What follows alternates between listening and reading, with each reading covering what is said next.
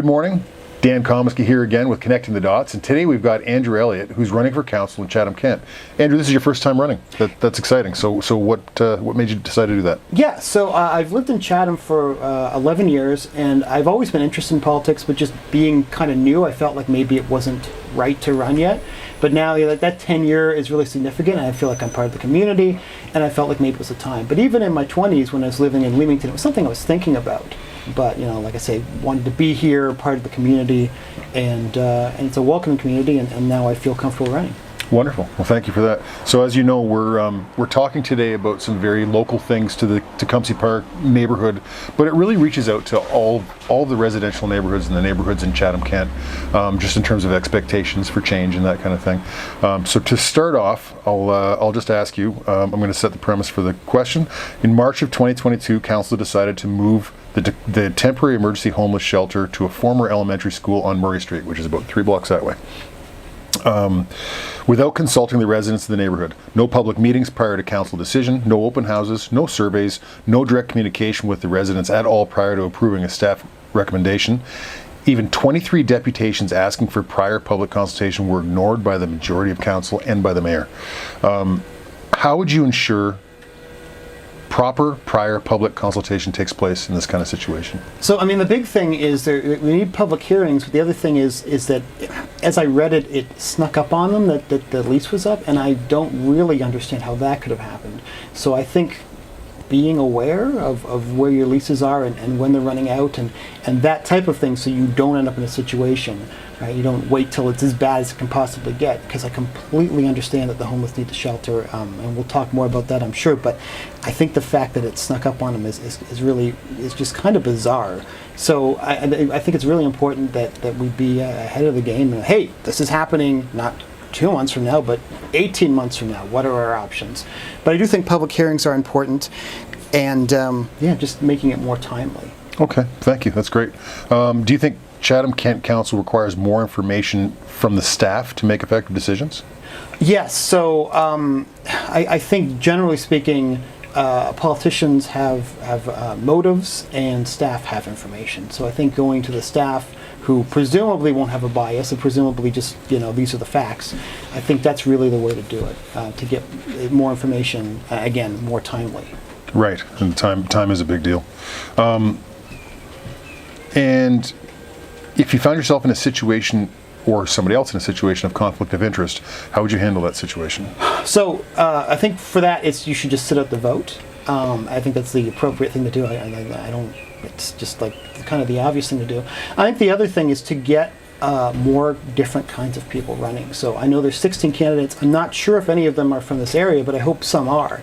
And to have people who background in business is great, but also let's get somebody who's just like working class, middle class, lives in the neighborhood, that type of thing. Let's get me, but me. Let's get somebody who just is working. I was thinking on the way here, what if we had somebody who was working 2 minimum wage jobs who had a say on the council? What would their experience and their opinions be on issues that might be very different from the people who own buildings, right? So there should be a place for business owners, but there should also be a place for middle class, working class, call us what you will. Interesting take. I like it. Thank you.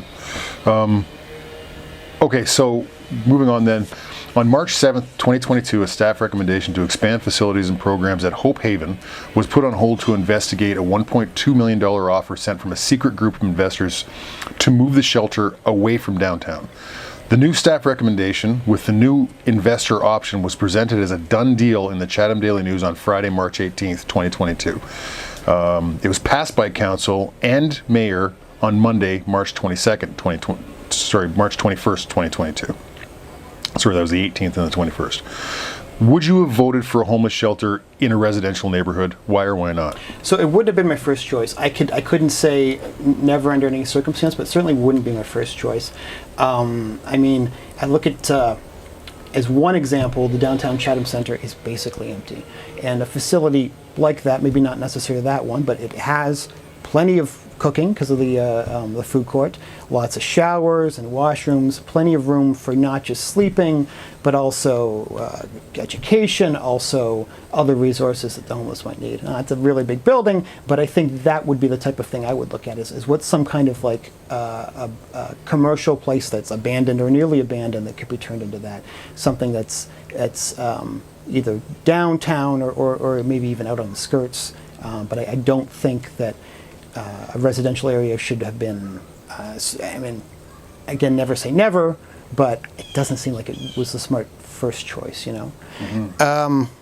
I just want to mention that I live on Devonshire, which is close to the CK Extended Stay, and we haven't had the same issues that you guys have had. I tried looking up stats to see, because I know that the 911 calls are up, I think 70%, maybe it's higher. I think it was 100. It was they doubled. Doubled. They okay. Doubled, yeah. Yeah, and I couldn't find any. I couldn't even find any stats about in our area, so I don't think it's the same level of problem. But I think it's really important to have compassion for homeless people, and remember that most of us are like 8 bad weeks away from being homeless, and we're not. Most of us 8 good weeks away from being millionaires. So I think it's important that I think about my own life. If 1 or 2 things went differently, what situation would I be in? Would I be homeless? Or, would I, maybe I wouldn't be homeless, maybe I'd still be renting, maybe I'd be living with 10 people to make the rent. You just never know. So I just really want to express that we should have a lot of compassion. But, I don't think a residential area was the best choice. So what kind of more information would you need to look at to make a choice like that, to vote for it in a residential area or not? So what are the timelines? What are the other options? What's the impact on the existing community? And I think the big one is, what do the police have to say about it? Because the police, I'm sure they have models and statistics, and they can say, hey, listen, when you do this, crime goes up by X%. Or, so I'd be curious to know how much the police were consulted, if at all, and what they really had to say. I really think that the police would be one of the defining voices on a subject like that. Second only maybe to the community itself. Great, thank you. And what kind of services and support should there be in place for homeowners when a homeless shelter moves into the neighborhood? Yeah, I was thinking about this one, and this one is just such a tricky one. I mean, it's really a case by case, but I think at a minimum, increased policing that should be built into the budget. Because we know that a certain amount of the homeless people are going to be having problems. It isn't to say that every homeless person will, but a certain amount of them will, so we need increased policing, and people should feel safe in their homes. Right, okay, thank you. And would you require municipal staff to regularly make progress reports to council on the operation of the shelter and the impact on the neighborhood? Yeah, and here's another thing. So what kind of frequency, I think, is another part of that question. Yeah. So it's 2022. You could set up a web portal. I'm sure they've got statistics and stuff of what's happening, how many people are in there each day. It's something that you could just set up once and then forget it. You could just have a more or less live portal that's got statistics updated daily, hourly, whatever you want. Mm-hmm. So, it just seems like you shouldn't have to pick a person to manually run this report. This data exists somewhere. You can have it pulled out from. So I used to. I went to school originally for computer science. This is something I know a little bit about. Mm-hmm. It's 20 years ago, but I get the gist of it, right? So we have this data someplace. We should be able to make a report that's readily accessible that you could update, like I say, daily, hourly, whatever you want. Right. Okay. Good. Thank you. So now let's go down to homelessness in Chatham-Kent. Homelessness is not unique to Chatham-Kent. Communities across the country are struggling with the problems that lead to homelessness and find the support services and the resources necessary to help people. What do you think are the leading causes of homelessness in Chatham-Kent? So there's issues of mental health. There's issues of drug and alcohol abuse. There's issues of domestic violence. A lot of times people will own houses but not be able to live in there. But the number one issue is it's not having homes. I moved here 11 years ago. My rent was $735. I had 2 incomes, so that was not really a problem. The CK Extended Stay, for example, is $850 a month, and for one person.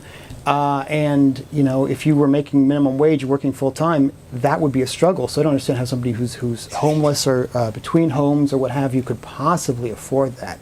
And just rent's really doubled. So we really need to look at what we can do to get more houses, and in particular more affordable houses. Condos are great, but not everybody's going to be able to afford a $300,000 condo or a $2,500 a month apartment. So we really need something that's, $1,500 I think would be kind of the max, but maybe even closer to $1,000, to be honest. We just need more houses.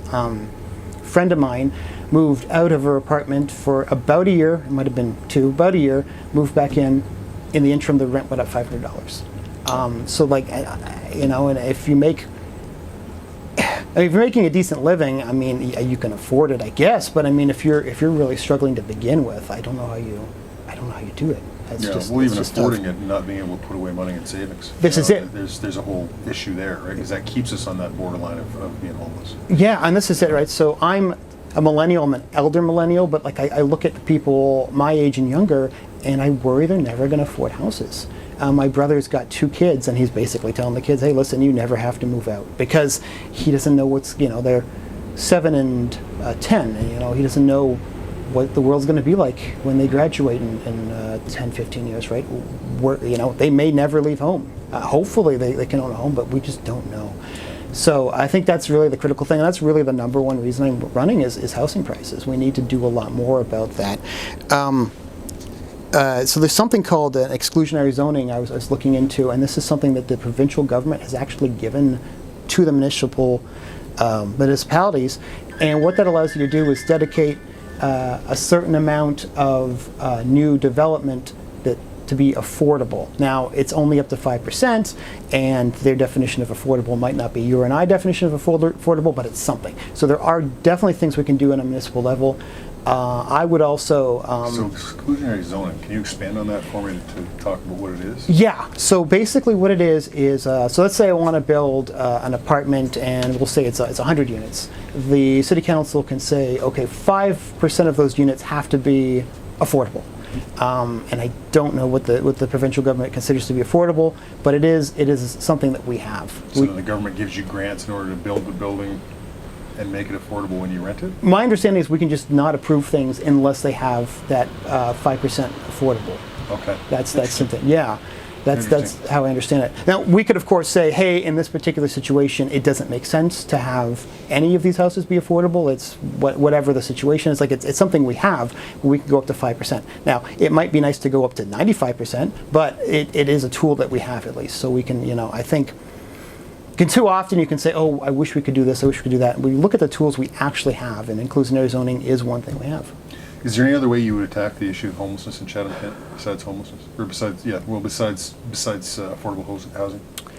I mean, I think that's the number one way. I mean, definitely these people need they definitely need support for mental health and alcoholism, and I was looking into some of the different things that they do in Toronto, and I'm not saying it would work here, but there's something called a wet shelter, which seems really weird, but it's for people who they have alcohol abuse, so they get a small drink, I think it's every half hour or something, just so they don't get the withdrawals and the shakes. I don't know if that's something we need here, but it's just something I'm aware of, and I think we just need to look at what we can do, especially around mental health. I do think that's a big issue as to why, because there are certain people who don't want to live inside. They're few and far between. That's not going to be the majority, but we just, we need to tackle it broadly, I guess is what I'm trying to say. Yeah, okay. Thank you very much. Thank I really you. Appreciate your time. Is there anything else you want to add before I let you go? No, I just thank you for the time, and I really appreciate the opportunity. I'm just a guy. I have a regular job, and I just really want to get involved in the community, and I really appreciate everybody who's been giving me an opportunity to speak. And I just want to encourage people to not just vote, but get involved. So if you didn't run this time around, maybe run in 4 years. And the voting in this area, I think it's 48%. Only 48% of people vote. So if we could take that number, to 100%, or even just 70 or 80%, that would be a huge change, because the people who are winning with less than 6,000 votes. So that's very few people making these decisions that affect you and I. So everybody vote. You can do it online. You don't even have to put pants on, but just really try to get involved in the community. Awesome. You heard it here. Get out and vote. We need you. Thank you very much, Andrew. Really Thank appreciate you. it. Awesome.